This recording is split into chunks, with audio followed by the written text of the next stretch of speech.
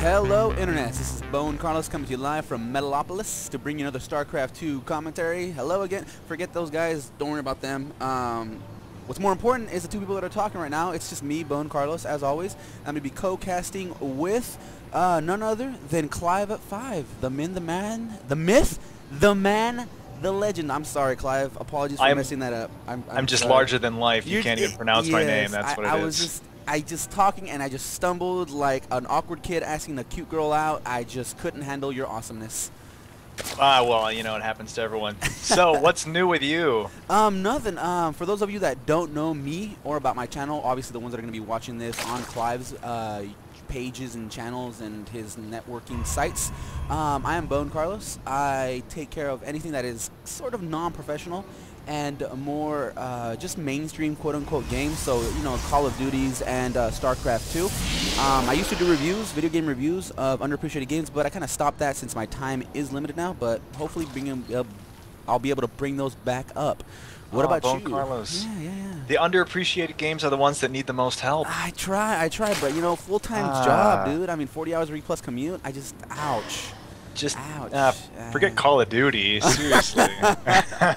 Right. All right. Well, I do something similar. I mean, I do, of course, a lot of casting in StarCraft games, but I'll do the occasional playthrough of a few lesser-known games. I'm a little bit more into the indie game scene, so you'll see me doing a lot more of that type of stuff. So we need your help back in the underappreciated games. I'm trying. Actually, I noticed that you were doing a Let's Play with Sonic Generations, and that's actually the last game that I was actually going to do before I said, you know what, I can't do this. I don't have time. Man, it was a fun game though. I really enjoyed it. But you know what? We're actually watching StarCraft 2, not Sonic Generations. So let's go ahead and introduce the players. We have eGinControl spawning as the blue Protoss. Protoss for life, eh? Check out my tattoo of Protoss. Really? You don't know? I actually, okay, we're gonna go. Forget about these guys. It's not important. I actually got a tattoo on my forearm of the Protoss accolade symbol. So pretty awesome. I'll link pictures. I'll show you all that stuff. No big deals. And what are we doing? Oh yeah, and iSjEcho spawning as the red Zerg in the 4 o'clock position, and already has a spawning pool with speed being researched. While eGinControl tries to do the whole little block of the natural for him. Yeah, and of course won't last very long since those Zerglings are ready to go, and he does just cancel it. So I'm curious. I mean, we all know eGinControl. Who's this Echo character? Am I just not paying enough attention? Have you heard of Echo before? I like on the fringes of my just peripheral vision, I have heard of someone called Echo, but I don't delve too much into pro players. I mean, I do watch them and enjoy their take on the game, but I'm focused more on lesser known quote unquote players by doing like local tournaments and such like that. But I have heard of Echo somewhat, and for the fact that he's playing up against eGinControl, it should tell you about the skill level that they're at. Sure, definitely. So you do some local casting. That's cool. Yeah, actually just recently I participated in DYESL tournament up in Canada. I did a couple of casts for them and just sent them off the replays. Whatever they do with that, it's up to them. But I think it was about 64 players. I think the prize pool was around $1,000. So yeah, just a little lesser known. Kind of in view with my underappreciated games. I just do on the underappreciated tournaments and such and such. Right on. So it does look like, yeah, I was just going to say, eGinControl's saving up a bunch of minerals. Looks like he's planning down that Nexus. He seems to look fairly safe with the number of whatever those things are that put down the force fields. Oh, yeah, sentries. There you go. I knew you'd get there, buddy. I knew you'd get there. I'm like, click on the sent. There it is. Yeah. And it actually does look like he's actually doing, this is actually a fairly early expansion. It's a bit dangerous since if Echo does actually scout this out and just swarms in with a bunch of lings, if a dozen or so lings get into his natural area, that's not enough sentries to be able to put down that force field. I mean, there is 1, 2, 3 sentries, and none of them have enough energy to put down 2 force fields. And even if they are able to put down 2 force fields, he's at 6 force fields. That's not enough to cover that wide open area. So if Echo decides to just mass produce those Zerglings, it'll be a tough time for eGinControl to be able to hold off. Yeah, that's definitely true, but it does look like Echo is spending a lot of time getting his natural expansion fortified throwing down 3 spine crawlers now, so definitely not too concerned. There's no tech going down on his base. There's no hive being not hive, but layer being researched. Finally, a roach warren going down and just starting to harvesting that gas again. So he seems to be in no big hurry to start getting aggressive against iGinControl. Yeah, definitely. And as you can see, actually both players are doing the same. We do see iGinControl putting down 3 extra gateways, and now he finally has enough of a wall off with these samples to be able to wall off any kind of Zergling run by. But it looks like both players are just foregoing any kind of early push and deciding to go with just a long macro play. I mean, iGinControl could definitely put down 2 more gates and do a little 2-gate or a 6-gate 2-base push, as is pretty popular up against Zerg. But given how both players at both players' level, I doubt that's gonna happen. More than likely, it's gonna just go into a high-end, long macro game. Yeah, it definitely looks like it. They're both gearing it up. And I also like seeing that the hallucinated Phoenix being used. I think hallucinate should be used a whole lot more, not just in the early game scouting against Zerg, but more later game. You see it for that one little first scout, sometimes later scouts, but it could be used a whole lot more strategically. And he does actually catch a glimpse of that 3rd hatchery from Echo in the 2, 3, 4 o'clock position. Yeah, definitely. And like you were saying, I'm actually starting to gear up and using hallucination a lot more, and not just against, not just for scouting purposes, and not just against Zerg, but I actually found myself using it quite a lot against Terran. I haven't quite refined it so much so that I use it that it's 100% effective. But what I like doing is doing about 5-6 gates and then 1 robo, and then turning out Colossus just from that one robotics bay until I got like 3 or 4, and then just hallucinating a lot more, a lot of Colossuses in. Making the Terran think that I'm going heavy Colossus. He's going to usually counters with a ton of Vikings, whereas I use a gas that I would normally use for the Colossus onto High Templar, and then I got about a dozen High Templar, only about 4 Colossus. He has about 20 Vikings, and he has nothing to do with them, and I just steamroll his bio army. I mean, it doesn't always work. Like I said, I'm still refining it, but generally it's very fun to be able to do the little switcheroo on your opponent. Definitely. And since just the scouting and countering with tech is such a huge part of any StarCraft game, I'm surprised that more pro players don't use it to dupe their opponents. Yeah, it's just kind of one of those things where just spells or units aren't really used much. I mean, I remember in Season 1 and 2, no Zerg player ever used Infestors. Now it's just the backbone of every Zerg matchup, even though against every race. I mean, they even use Infestors up against the automatons. It's just nuts how much they use the Infestors nowadays compared to what they were doing before. Yeah, definitely, and there's no good reason not to use Infestors. I actually will have kind of a... Go ahead, tell it. I'm interested now. You got to. A friend of mine QQs a lot. He's a Zerg player, and basically he won't use Infestors. And I've been telling him Zerg is the strongest unit the strongest race in the game currently with the Infestors, and he refuses to use Infestors. And he's a good player otherwise, but he just keeps getting steamrolled, and basically he ends up quitting StarCraft for months at a time just because he can't take it. Oh wow, yeah, that's definitely something you don't want to do. I mean, and I'm the type of person that if something's not working, I'll just do something completely different and just experiment. And definitely Infestors are definitely a backbone up against any kind of race. I mean, if you're facing blank stalkers, Infestors just shut that down. A mass biobomb by Terran, Infestors shut that down. And as we reminisce, we actually see iGinControl actually doing a little bit of a push forward, taking out these creep tumors, and then just pulling back. So he's definitely just canceling out that vision that those creep tumors provide, especially on the highway in between both players' bases. So he doesn't want to give the Zerg player any more of an advantage than he already has by having that creep highway.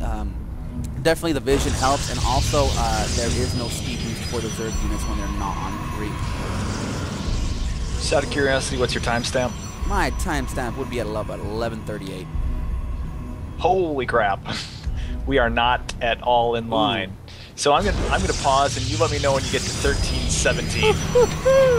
Technical difficulties, folks. This is the great, fantastic thing that is going live, and having different computers that aren't synced up. Right now, we actually do a big old roach push going down from Echo, and he's going to go ahead and going down that same highway that I was talking about earlier, and just taking down those. That iGinControl took down those He's actually using that overload to spot the high ground, and took down a little pylon that was just hanging out right there. And hey, a free pylon is a free pylon. I won't have any kind of problem with anybody using that right now. And as you can see, eCHO has decided to just go about, swing by, and actually going for that third that he knows that iGinControl is going to be gearing up to get at the moment, but decides to just hang back around the little Manx statue. I would actually like to see him push forward, take out that Manx statue just for kicks and giggles. And he's actually pushing forward with those roaches and going to go ahead and attack the third of iGinControl while we are at 13:03. We're getting there. All right, so right now we right. When we eCHO, we need eCHO pushing forward, and there's a bunch of rooks that get caught off guard by those force fields that get walled off, and those are actually low force fields. I mean, that's exactly how many force fields you need to be able to block that entire ramp for minimum energy expenditure. And you see iGinControl's army consists of a few immortals, which directly counter those roaches. And eCHO decides to, after that little push, he's just going to go ahead and get the fourth hatchery up and running. So right now I'm at 14 minutes. What about you, Clive? Yeah, just a couple seconds behind you, but that's great.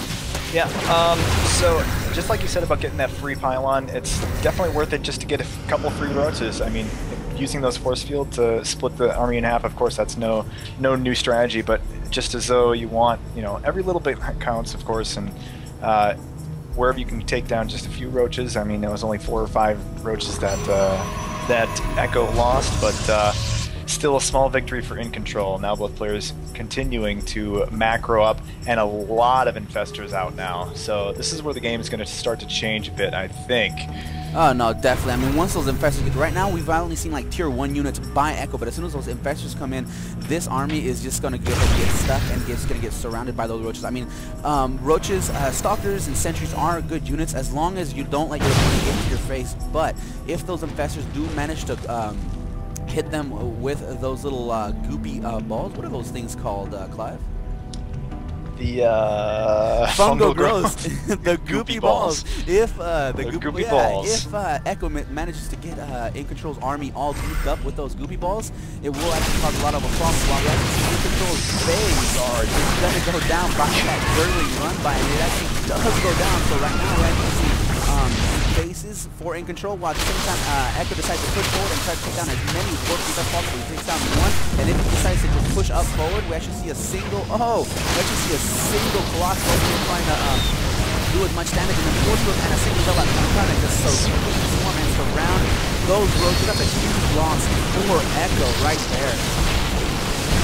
Those are some monster force fields, and eCHO was really foolish to try to push up into the base at that point. He should have just taken the gateway and pulled back, regrouped his troops. Another big force of Zerglings moving in, but they're not going to be able to get up into the base because iGinControl has locked off that side with gateways and pylons. Yeah, this new third is effectively safe from a rear door entry, and as we can see, another little this little force that might be going to caught off guard. If iGinControl knows that these Zerglings are here, that Zergling pack is gone. But as you were saying before, yeah, it was a bit greedy for those rooks to try to push forward, but I think eCHO was hoping for iGinControl not to notice while he had his units distracted over here at the third, and be able to swing by into the main base, maybe pick off another his main.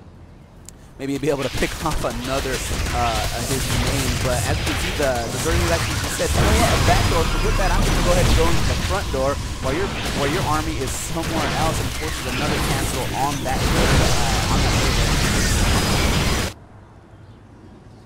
Yeah, and just keeping iGinControl off of a third base is just going to be really detrimental. If you can take a look at the income tab, you can tell that eCHO is quite a bit ahead. Of course, iGinControl has all the harvesters he needs. He just doesn't have the mineral patches he needs, and of course he's going to run out in his main at any second, whereas eCHO's comfortably on 4 bases, going to start harvesting minerals from his 4th as well. That is exactly true. I mean, even if the harvester count is the same, you actually see that the mining bases for eCHO is at about 3, while iGinControl only has about 1 at the moment. He probably senses it, decides to go for a big push, but there is just too many spine crawlers there. I mean, I see about a good dozen or so spine crawlers, and then iGinControl decides to blink forward into his main base, takes out units from using structures willy-nilly, almost going to take down that roach one. But as you can see, the goopy balls do hold down those Blink Stalkers, and the goopy balls hold down those Blink Stalkers, and they are totally enough. Roaches are going to take out an entire army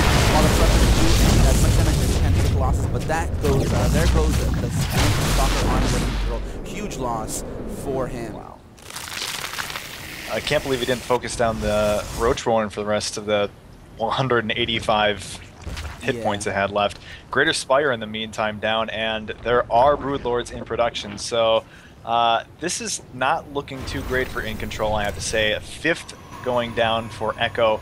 Meanwhile, iGinControl trying to get back on the economic game by taking the gold expansion here in the top middle. But it's going to get picked off by a bunch of Zerglings as well, unless iGinControl can act quickly. Moving in a bunch of forces. Are they going to be able to stop these Zerglings from taking down the Nexus? And it does look like it might get repelled. There's about 200 hit points, and it does get repelled, but just barely. And it is, I look at this as more of a bit of a desperation move. I mean, iGinControl knows he's behind, and taking this gold when he doesn't have any great lanes of protection, as I like to call him. I mean, he could have his army in between the two mains and then have the gold completely blocked off, but right now he doesn't have it blocked off, and he's going to go ahead and push forward yet again with these Blink Stalkers, trying to take down that Great Fire, but the Blink Stalkers are again fell victim to the Ruby Paws while the Broodlords attack them from a distance. I mean, this Great Fire will survive, and this ultimate attack is a desperation from iGinControl. And once again, he just did not focus. Once his Stalkers were up in the base, they just start shooting at anything. And if he's trying to take down the Greater Spire, freaking take down the Greater Spire. Don't just sit there and half-ass it. That's just a good point. I mean, blink forward. You knew that the Spire was there. You knew that the Greater Spire was there. Just blink forward and immediately start attacking. If he would have had a couple more volleys from all those shots, definitely would have taken on that Greater Spire. But in my opinion, the damage is done. I mean, in the units now, we are going to see 9 Broodlords in the... 9 Broodlords in Echo's army, and without that many Stalkers, in my opinion, you need a ton of Stalkers and Zealots, like Hardlocks, to be able to bring down a lot of Broodlords to blink forward, pick off of those Broodlords while the Zealots do the main damage with Colossus backup, but there's not enough in the armor to deal with everything that he has. I mean, you have Infestors, you have Broodlords, and this just looks bad all around. Broodballs do go down, Infested Marines go down, Broodlords are just taking everything that iGinControl had. I mean, he did manage to pick off a 4th, but at what cost? I mean, you can see the gold is going to be taken down by a counterattack all the roads that Echo had. So it looks like it's going to go back down to equal footing. I mean, right now, iGinControl just backed himself into a corner. Those might escape, but the rest of his army is done. Yeah, definitely it's not looking good at all. And you know, when you're backed up into a base like that, you're pretty much going to lose the bulk of your army. And with all those Immortals going down, Immortals, which are, you know, there's still roaches out here that need to be taken care of, and the Immortals are critical for that.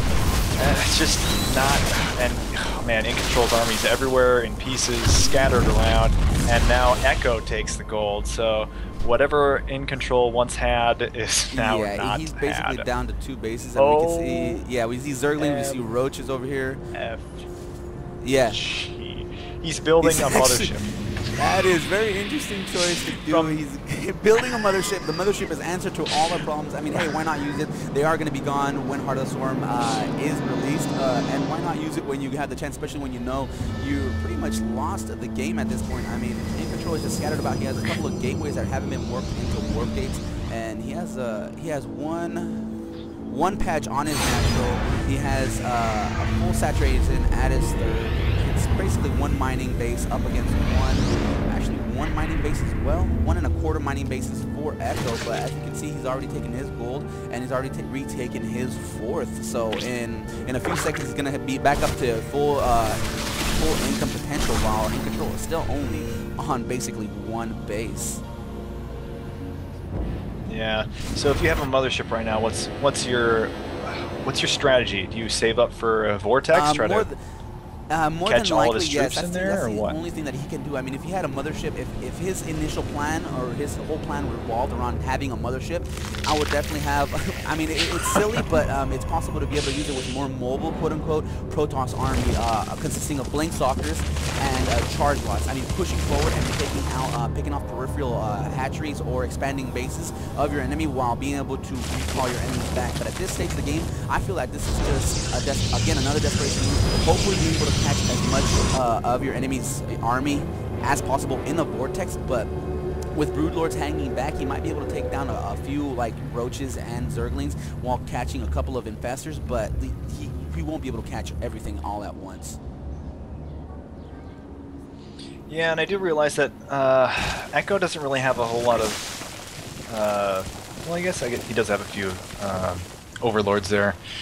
I didn't see those before, but yeah, I don't know. Not even a cloak is going to help that much. No, not really. I mean, a cloak, it does help, but I mean, he spotted that mothership coming. He has 3 overlords, overseers actually, pushing with his army, so he could just keep pushing forward. He could send one in to get us to spot for detection. As soon as that one gets taken down, and we see mass changelings going in. iGinControl isn't huge. But at the same time, we have roaches over here at the north side of the map, and actually 2 managed to sneak into the army of iGinControl. They're kind of hanging back, and I actually like to see them right click to follow him, but he actually spotted the entire composition of the army. Did he actually take down his own stalker? It looks like iGinControl actually took down his own stalker trying to get a changeling. But as you can see, zerglings and speedlings, zerglings and roaches are taking down another expanding base. And right now, I think Echo is in a comfortable spot. He's just letting iGinControl just hang back while he just harasses around the edge of the map, while he himself gears up to, it looks like another 200, 300 food push. I mean, right now, Echo is just in the dominant position right now. He's just going to continuing to harass while trying to keep iGinControl at his own base, starving to death, basically. Yeah, I think he was just dumping supply there, letting all those roaches and zerglings get killed. Because now he's just gearing up with more corruptors flying in, morphing into broodlords. So yeah, you definitely got a good point. I mean, he's up to a chunk of broodlords, and if he actually gets about 7 or 8 corruptors on the field, he'll actually be able to 1 or 2 shot that mothership. So I mean, the motherships are great; they are beefy, powerful units, but if you got that many corruptors on the field, it's not going to stand any more than a couple of volleys. We actually see a warp prism going down by iGinControl. Wondering what he's going to be able to do with that. Not much is my guess. We're off in time again, so let me know when you get to 29, 21. Yes, I am on faster, sir. By the way? I am on faster, so it's probably has to do with the systems. I mean, skips here and there is just going to add up over time. I mean, I'm at 29.27, 29.30. What time would you be at? Now I'm at 29.30, 40. I'm just going to stop. You're going to stop at 30. All right. And then you actually see Zerglings pushing forward, trying to stop that beacon of iGinControl. We're actually at about 17 beacon does go down. We're exactly at 3 minutes. 30 minutes. All right. Looks like my computer, as we saw by the time test, is the crappier one of the two, since mine does that much lagging and skipping. So what you didn't see was when my computer froze the first time we tried to do this cast, and it took me literally 10 minutes to get started. No problem. Okay, we were only like 5 minutes in. Not even 5 minutes in. I actually see a ton of Banelings going down for Echo. So Banelings, Infestors, and Broodlords. It looks like it's going to be his end game. We actually see a mothership going to go in, and I'm assuming it's going to go ahead and do a mass recall, blink that, just kind of go ahead and take that entire army of his and just put it into Echo's main base. And you actually see it actually worked. And Echo has just decided to wait around while his entire base is destroyed. And as you can see from my screen, the hive is down, and there is a lot of lag going on. I mean, motherships tend to do that. And Echo is just kind of hanging back, and then he's actually putting down a bunch of infested Terrans as my computer just keeps lagging. Yeah, really this doesn't accomplish a whole lot because the production centers are the hatcheries, and we only took down 1 hatchery. Meanwhile, Roach Warren going back down, there's already a second spire up.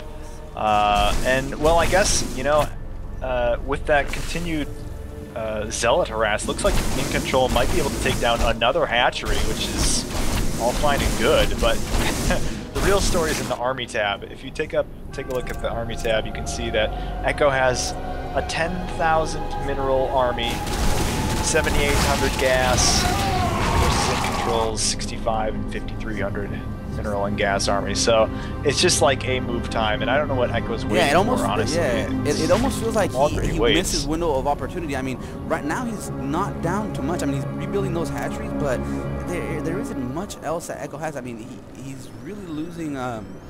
He's really losing his window.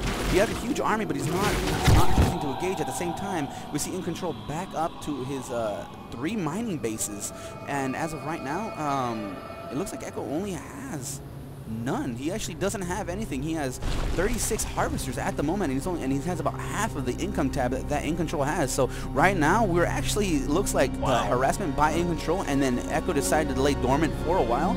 It gave iGinControl the opportunity to just claw back his way into this game. We actually see 4 starports going down for him. So we're actually see a ton of Void Rays, and this Archon army, this Archon Stalker Mothership army is actually, it's actually quite scary. I mean, we were bashing on iGinControl a little bit ago, but look at that. The power of his girlfriend actually finally paid through.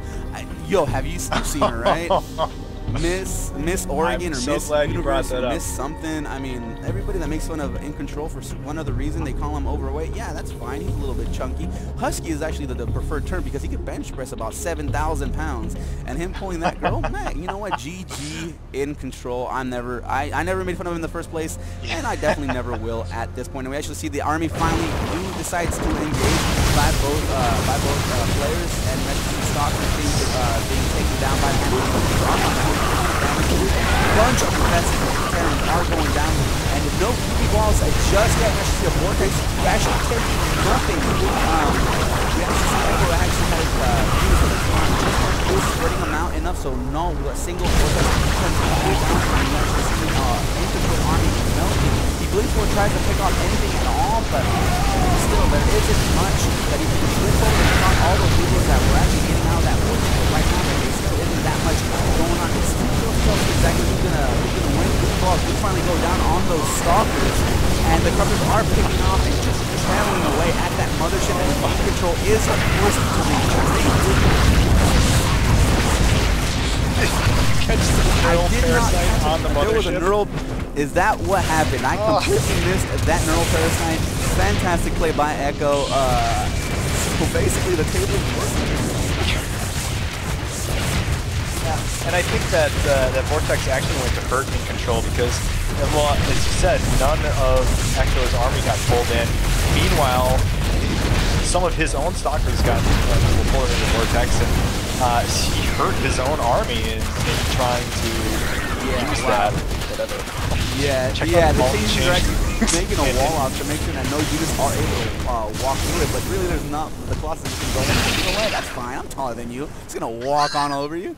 And as we see the power of the Zerg army, I mean, look at the army tabs right now in the food tab. We have 96 for iGinControl, 163 for Echo. I mean, having so many bases, just options one key, and just 4, and then whatever you want. I mean, I usually go my my Nexus at 4. So heading 4, and then whatever unit you want. That'll a little bit tough to do as we can see. I mean, it looks like iGinControl is about to lose this. I mean, Zerglings are in his last mining base. iGinControl has nothing. One mineral patch on his third. Nothing else. He does have 2 Colossi and a few Stalkers, but compared to what Echo has, Echo says, you know what, that's fine. I'm going to go. You have nothing. I'm going to head on home, re-macro up, give you another 300 food push to finish you off. I am in no hurry to win this game. And as you can see, the income by iGinControl is at 0 minerals right now. Yeah, another Zealot harass coming in from iGinControl, but really it's not going to do a whole lot of good. They're running face first into just a huge clump of infestors who just lay the goopy balls straight down on them. And the goop, look at that, there it is, the goopy ball. I'm telling you, man, OP hopefully is catch them and nerf them in the next game, giving them a range of 1 and a duration of 0. That is what I'm hoping. You know, I mean, it'll just make everything down. Like, you know, those goopy balls right now are a bit too powerful. If the proposed changes that I said are done, that's pretty much pretty even. But as you can see, that entire sellout harass, quote unquote, is over. And right now, we just... Thanks for fixing that, quote unquote harass. Yeah, I mean, that's right. I mean, so really, far, I mean, it was spotted by Echo by that Overlord at his main, and There's just nothing. I mean, it was a little bit of a misdirect since he was actually looking forward to the last mining phases of Echo, but there's no way he's going to get qualified back. That neural parasited mothership did get the job. Looks like all the drones are actually burrowed, and the single warp prism flying in while it looks like Echo decided to go ahead. You're going to go ahead and push forward with his main army to just destroy this last remaining vestige of eGinControl's party. While as soon as that happens, the little Zerglings are going to unburrow and just push forward to finish them off.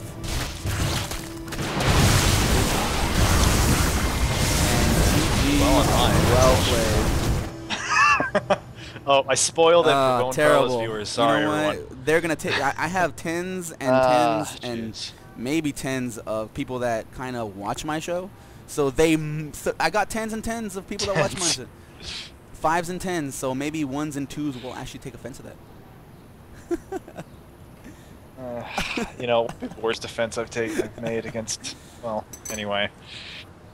Wow, it was great doing a co-commentary with you. We're going to do this again soon. A daily Clive and BoneCarlos. We gotta think of, I mean, they have Taste Hostess. We have Tasteless and Artosis. We have Day 9 and DJ Wheat, I believe. So DJ Day or something they call him. We'll come up with a nickname, guys. Or BoneCarlos. BoneCarlos. Something. You know what? Okay, that's what. This is the homework. This is what the viewers' homework is, to come up with a co-casting name for us. So with my 1s and 2s of fans and your hundreds and thousands of armies, I mean, dude, I've seen your views. I've seen your views. Right. So your thousands and thousands of dedicated followers and my 1s and 2s of fans, I'm pretty sure they could come up with something. So that's it for you guys. That's your guys' homework for the viewers, to come up with a co-casting name. You approved? I approved. Awesome. And so we're just gonna go ahead and end it any better later. See ya. All right.